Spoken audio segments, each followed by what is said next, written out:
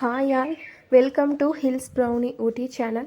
வீடியோக்குள்ளே போகிறதுக்கு முன்னாடி நம்ம சேனலை சப்ஸ்கிரைப் பண்ணிக்கோங்க. மறக்காமல் பக்கத்தில் இருக்கிற பெல் பட்டனை ப்ரெஸ் பண்ணிக்கோங்க. அப்போ தான் நான் போடுற வீடியோ நோட்டிஃபிகேஷன் உடனுக்குடனே வரும். இப்போ நம்ம வீடியோக்குள்ளே போயிடலாம். முட்டையை வச்சு இன்றைக்கி பார்த்திங்கன்னா முட்டைக்கறி பண்ண போகிறோம். இது கொஞ்சம் டிஃப்ரெண்ட்டாக இருக்கும்.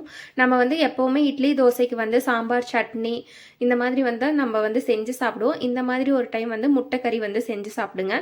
2 முட்டை எடுத்து வச்சுருக்கேன். ஒரு பெரிய வெங்காயம் பொடி பொடியாக கட் பண்ணி வச்சுருக்கேன். ஒரு கொத்து கருவேப்பிலை, கொஞ்சமாக மல்லித்தலை, 2 பழுத்த தக்காளியாக பெரிய தக்காளியாக எடுத்து வச்சுருக்கேன். எண்ணெய் சூடாயிடுச்சு. இப்போது கடுகு போட்டுக்கலாம்.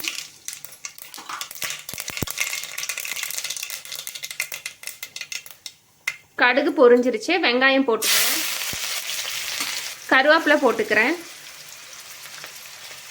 வெங்காயம் போட்டு நல்லா வதக்கிக்கோங்க.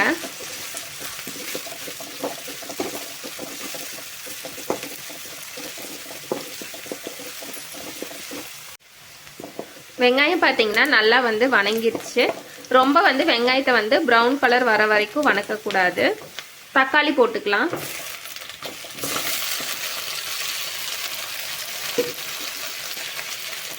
தக்காளி நல்லா வதக்கிக்கோங்க.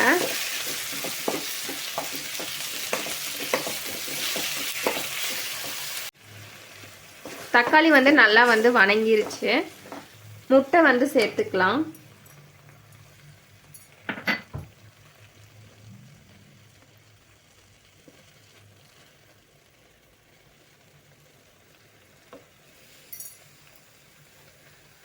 முட்டைக்கு தேவையான அளவு உப்பு சேர்த்துக்கிறேன்.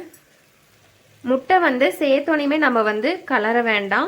ஒரு 2 செகண்ட்ஸ் விட்டுட்டு கலருங்க. அப்போ தான் நம்மளுக்கு முட்டை கொஞ்சம் நல்லா பெருசாக கிடைக்கும். மூடியும் போட வேண்டாம். அப்படியே அடுப்பை சிம்ல இல்லை மீடியமில் வச்சு பண்ணுங்கள். ஃபாஸ்ட்டாக வச்சிட்டிங்க அப்படின்னா அடியில் தீஞ்சு போயிடும். அதனால சிம்மில் வச்சுக்கோங்க.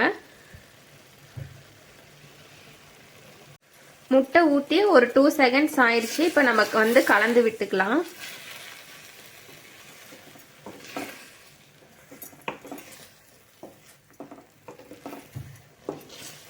இன்னும் ஒரு செகண்ட் விட்டுட்டு கலருங்க. அப்போ இன்னும் நம்மளுக்கு முட்டை நல்லா கொஞ்சம் திக்காக வரும்.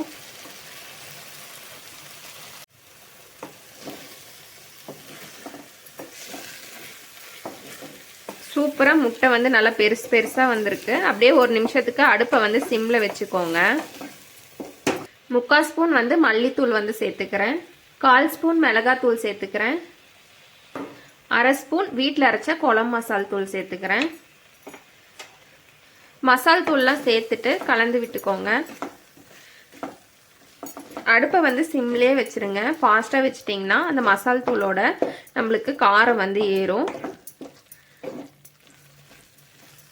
ஒரு 2 நிமிஷத்துக்கு அப்படியே குக் பண்ணுங்க. முட்டைக்கறி ரெடி ஆயிடுச்சு. இதே போல் முட்டைக்கறி நீங்களும் உங்கள் வீட்டில் செஞ்சு பாருங்கள். கொஞ்சமாக மல்லித்தலை மட்டும் தூவிக்கிறேன். அவ்வளோதான், சூப்பரான முட்டைக்கறி.